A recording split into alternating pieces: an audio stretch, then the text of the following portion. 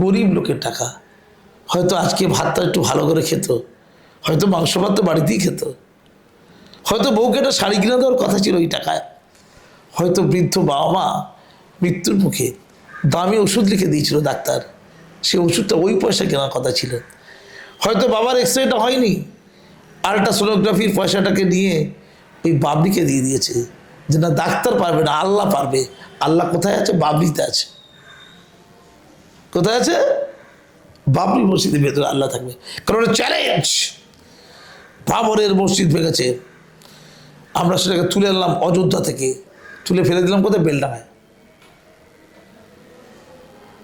1 লক্ষ কণ্ঠে কোরআন পাঠ হবে, কোরআন তেলাওয়াত হবে এবং বিরিয়ানি মাংস ভাত খাওয়াতে হবে বলে দিয়েছে। না, কার্তিক মহারাজ সাহেব, জল আর বিস্কুটে মুসলমানদের অন্তত পেট ভরে না, পেট পুরে খেতে দিতে অবশ্যই মাংস। এটা কারণ কি জানো তো?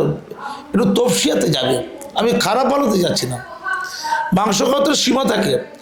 তফসিয়ার মানুষটা সকালবেলা ব্রেকফাস্ট করে মাংস দিয়ে, লাঞ্চ করে মাংস দিয়ে, মাংস থাকবে চাপ, কোপ্তা, কাবাব, ভুনা, স্ট্রু, মাংস কেন লাগছে না শুনতে? বিকেলবেলা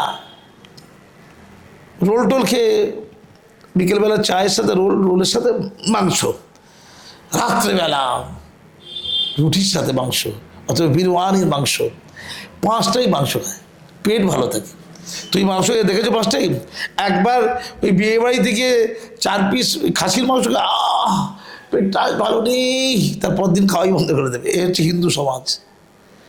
মুসলমানদের পেট, স্টোমাক খুব স্ট্রং, খেয়ে খেয়ে কষ্টের সাথে থাকবে হয়। ফুটে যে বাচ্চারা থাকে দেখবে তাদের অসুখ বিসুখ করে না। ভদ্রলোকের ঘরে, ভদ্রলোক নয় ভদ্রনোক, ভদ্রলোকের ঘরে বাচ্চারা একটুকুই ঠান্ডা লেগে যাবে, শরীর খারাপ আসছে, সমস্ত কিছু শরীরকে মেনে নেওয়া, তাই জানেও মাংস লাগবে। এতে দ্বিমুখী বার্তা আছে। এক হচ্ছে মুসলমানদের মাংসের টোপ দেখালে আসবে, আর কেউ কেউ ওই মাংসটা খায় না, ওই মাংসের পুজো করে, তাকেও বার্তা দিয়ে দিলাম। এই চালাকিগুলো বুঝি তো, কিন্তু এইটা বলে লাভটা কী হয়েছে? লাভ ঠিক হয়েছে।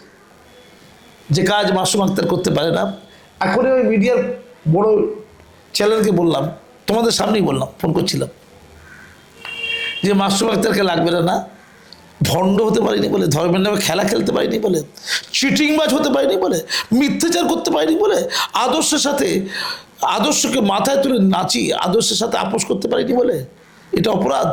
সদল হওয়াটা কি অপরাধ? তাই আমাদের বাসের নামে যেতে হয়। আর হুমায়ুন কবিরের কাছে সেই পুরনো গল্প উস্কে দিয়ে বাবরি মসজিদের কত কোটি টাকা, কয়েকশো কোটি টাকা চলে আসে একদিনে, কয়েকশো কোটি টাকা, গরিব লোকদের টাকা। কেউ কেউ ধনীরাও হয়তো দিয়েছে, বিদেশ থেকে হয়তো এসছে, ছাড়মিন করা দরকার।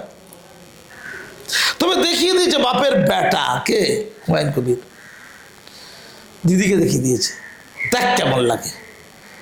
তুই হিন্দু হিন্দু করছিলিস তো, মোল্লাদের বোকা বানিয়ে, দেখ আমি মুসলমানদের কিরম নাচাতে পারি, দেখ, দেখে নে। সত্যি বলছি, উদ্বেগ দিদির। আর লাভ কার? বিজেপির।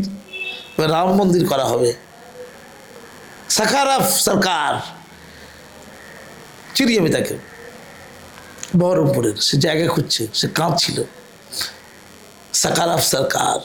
বাংলাতে অনেক লোক করসভা করতে গিয়ে মারা গেছে, বাবরি মসজিদ ভাঙতে গিয়ে মারা গেছে। বিতর্কিত ধাঁচা বলছে বাবরি ধাঁচা।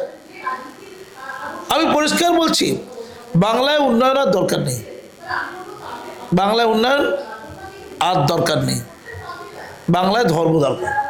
ধর্ম ধর্ম ধর্ম, এর শেষ কোথায় জানি না। মানুষ যদি বুঝতে শেখে, অন্তত মানুষ বাঁচবে। নাহলে ধর্ম শেষে কি দেয়? ধার্মিক চাকছে রক্তের স্বাদ, এরা রক্ত দেখে। ধন্যবাদ।